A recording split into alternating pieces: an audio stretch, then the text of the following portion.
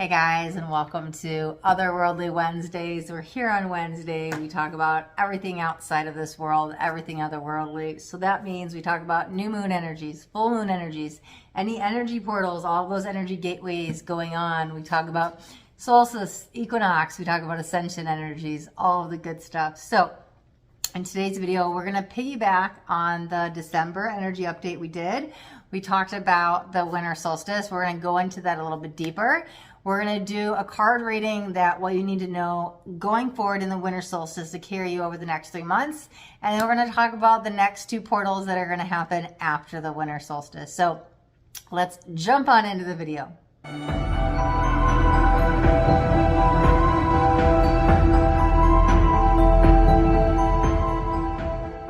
Okay guys, so if you guys are not familiar with the winter solstice, first let's get over basics. Let's talk about what that is. Winter solstice actually starts the season of winter, and so that officially happens. Now, this is if you're in the northern hemisphere. If you're in the southern hemisphere, you're going to be going through the summer solstice. So as we talk about the winter solstice going forward, we're only talking about the northern hemisphere. So the winter season starts on December 21st. And this is the last season of the seasonal year. So the winter solstice will stay in effect until we have the spring equinox. And the spring equinox launches a brand new seasonal year. So which is about, it's usually like March 21st-ish, maybe give or take a day or two, 22nd, 23rd. It's always like a day apart from Aries seasons. They're always like right, or maybe sometimes on Aries, but it's right there. So we will stay in the winter solstice all the way until like May 19th, May 20th, when it flips over in the spring equinox. So let's talk about what this means and why are we saying that the first day of the year, the seasonal year, is in the middle of March, when a lot of people relate it with January. Well, January 1st is frozen. We are in, it's cold, that there's no leaves on the tree. This is a time of like bareness. This is a time of integration and slowing down and introspection and reflection. Like, think about it. When it's cold outside, you don't go out as much. You want to stay in and you hibernate, right? There's no growth. There's nothing alive. So why would we have the first day of the year be on January 1st? Wouldn't it be in spring when we plant the seeds and we're starting stuff new? This is when things start to come alive again. It's creation, it's fertility. And like I said, the first day of the seasonal year does align with the astrological year with Aries season. So we have those two energies at play that both talk about when the first of the year should start. So the winter solstice, like I said, is a time to slow down and go within. We're wrapping up all of the lessons of the year we just went through. We have to close them out so we don't repeat those same cycles, so we can get off that karmic wheel and don't have to manifest those same lessons going into the next year. So the winter solstice is stillness. It's frozen. Think about frozen. Things get ice. There's snow. Like, it is a stillness energy. So let's talk about what this means for you. I got my two astrology decks out here. So we're going to pull some cards about what you need to know, because keep in mind, just because December 21st is the winter solstice does not mean it's a one-day thing. That's when the energy portal opens. And yes, a portal, because think about it. It is December 21st. That's an angel code. There is a portal in itself. Like the winter solstice is a portal, but in the numerology aspect, there is a portal there as well. If you guys are new to my channel, I always talk about the energy portals that open every month. And there's a portal that opens on 1221. Think about it. Outside numbers are 1, inside numbers are 2. They're mirror numbers, 1221, flipped, right? So there is an energy portal. Even if the winter solstice, let's say it was on another day in the month, the 1221 would automatically be a energy portal open. So it's not a coincidence it lines up with the winter solstice. So we have the winter solstice creating its own portal. We have the energetic gateway opening with a mirror number portal with these angel codes. So much powerful energy at play. So it's a good time to think about what you need to integrate. Like when I work with the solstice and I work with the equinox, I think about what I want to set forth the intentions for about 3 months, because we're looking until this time, like the 20th-ish of March. And so we're at like 3 months. So it's not just, hey, What do I want to do on this energy gateway today? Sure. Yes. Manifest something with it, but use it in alignment with what the season is providing, closing up. Like the fall was all about releasing and letting go. Now we're going to go within and like integrate. That's such an important part of the journey. So use this time from the 21st until the spring equinox to integrate. And we've got 3 months to work on this stuff. So these messages that are going to come out are not just for the 12/21. This is for the next 3 months. Okay.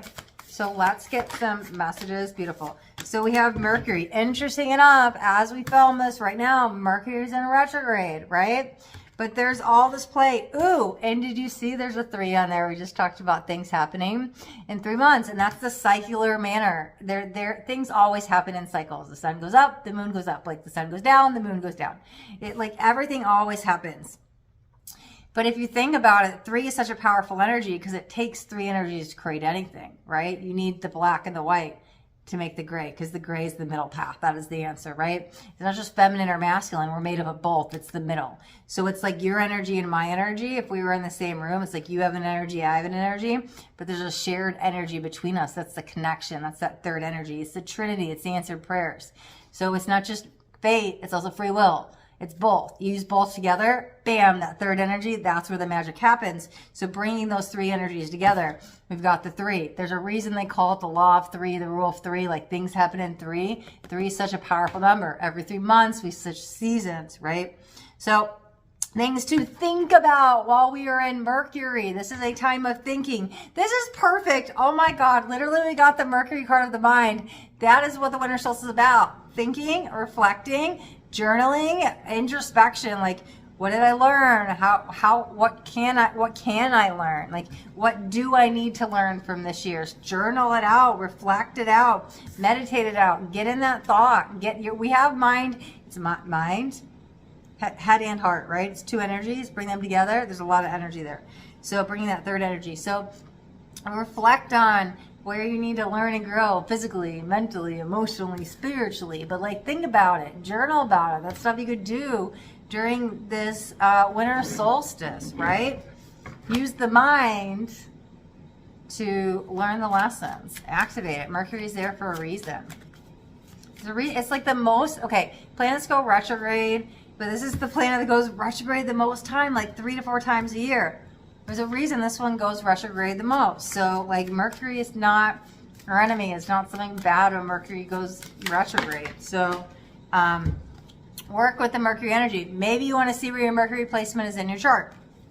Oh, we also have Chiron. Oh, Chiron is the wounded healer. Like Chiron retrograde is ending this month. I think it's at the very end of the month. I don't have the exact date. I remember Chiron and another planet were both ending at like right near the end of the month. But what do we need to heal? This is the time to look at that. I believe Chiron will retrograde July sometime.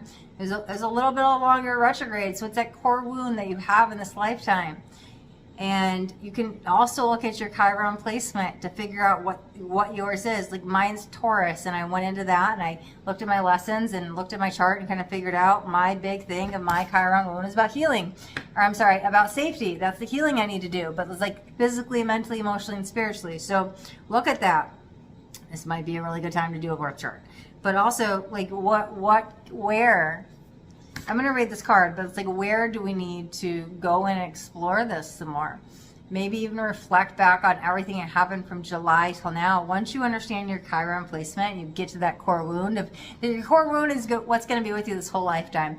It's something that's going to be like, man, I thought I overcame that. You're going to keep peeling back the layer of the onion. It's something like you can't shake. That Chiron is something very deep that you're going to carry with you. So I'm going to read this card, but I feel like it's a good time to look into that, express that, go deeper into that. Introspection into the winter, right? And maybe you've never heard of Chiron and you're like, man, Chiron retrograde's ending in days.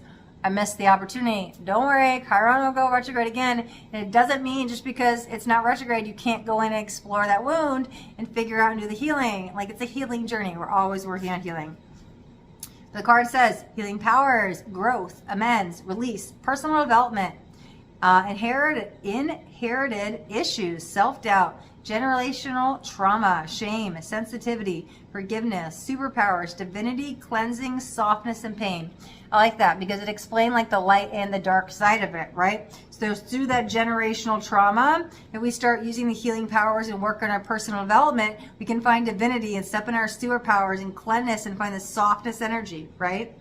Through all the self-doubt and the pain, I can soften and release and have growth and make amends that lead me to forgiveness. Through the shame, right, I can work and be more sensitive. Like there's light and dark with energy. There's always. So there's both energies here at play. So something also to think about over the next winter solstice. Okay, so let's get a couple more cards. Final thoughts. Let's see what we need to know during this winter solstice, and then we're going to talk about the upcoming portals. So far we know we need to do a lot of reflection. We've got journaling things we could do, and we could also look at a birth chart. We can look at the Chiron energy. So let's see what else we have during this winter solstice energy. So many cards. 11th house, about friends. Let's get another card with that. I really want to take the 3 and the 5 and add them together, which make 8. Interesting enough, the calendar year we're about to go into is a numerological energy of 8. So friends, this could be even a good time that we're going to be starting to manifest soul tribe energies. It could start in the winter solstice, but it also could just be beginning that you may not actually see results until the spring equinox. But there is a huge energy at play. It could be wrapping up cycles. Old friends could be going away. New friends could be coming in. This is definitely a highlighted time.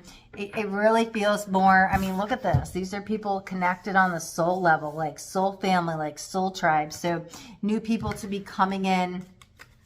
But there might be even a reevaluation energy around what friends are serving, what friends are not.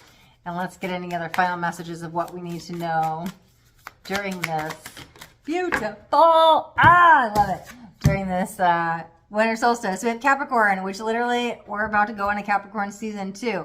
So Capricorn, I'm going to read the card and then I'm going to let you know what's going on here as well. So Capricorn here says the boss, which yes, my moon is in Capricorn. I'm like, work, work, work. Like, it's just, yes. Okay.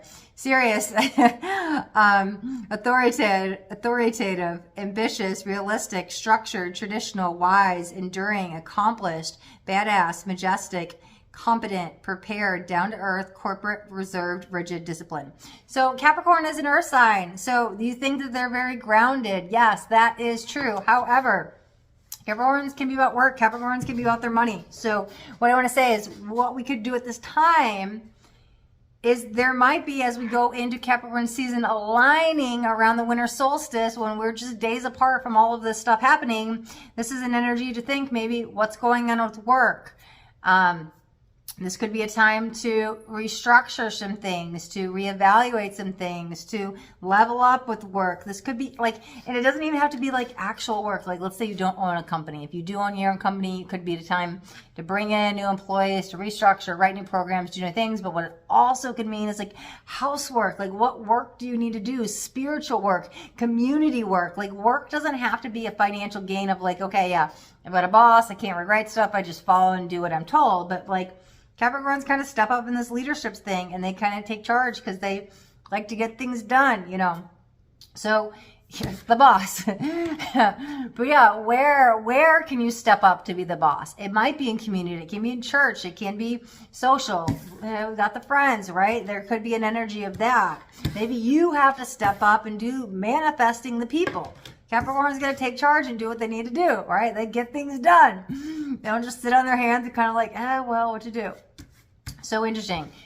Some things that we need to know going forward, right? We're going to let go a lot of the old and release the last year. We're going to leave the past in the past, and we're not going to bring it into our consciousness the next year going forward, especially the negative. You can definitely invite any positive energies of growth and gratitude and love, and always welcome that in. Doesn't matter if it's past, present, or future. But let's move on and heal in a very healthy way, right? And leave all that behind. So we might have to do some evaluating of where we need to rewrite our story, activating the Mercury energy. Great time to do it while Mercury's in retrograde, and maybe even use that in conjunction with the Chiron to figure out where you need to do some healing there. So we know that. And then once we've kind of done a little bit of purge, doing some letting go, figuring out what's next, right? The Capricorn energy, while it's here as well, let's prepare, let's get things ready, because the winter solstice doesn't have to be just like, well, I'm going to go sit in my room and I'll see y'all in 3 months. You said introspection. You said hibernation. Yeah, you slow down a little bit, but not everything needs to stop. You could literally be planting the seeds for what's going to happen and let the growth happen at the beginning of March, as we step into March. Like, I knew for me, when I wanted to start my YouTube channel, I knew to start it on the spring equinox, because I knew if I was like, it was like November, December time, I was like, nope, we about to, nope, not the fall, it's letting go, not the winter, things are frozen. I was like, no. So I knew, and I got everything ready. So the day that the spring equinox hit, I launched the YouTube, because again, I want to get in alignment with the seasonal years. So here it was. Maybe you get things ready with that Capricorn energy for what's to come in the spring, right? So a lot of energies at play here, a lot of good things coming in, a lot of growth. There feels like a lot of growth, a lot of releasing going on in the collective, individually. But there's new energy we're all going to step into. So just slow down, listen to what your soul is guiding you to. What do you need to know next? And truly do the integration work, because then we can level up here with that Capricorn and get some new soul tribe in, right? Okay, so that's what we got for the winter solstice. And I also want to talk about a couple more portals we got. So we know that the winter solstice is a portal, the 1221, but there's also a portal this year on December 23rd. Now let's think about this for a second. If I were to write out 12, 31, 23, right? I have a pen over here. Let me do this.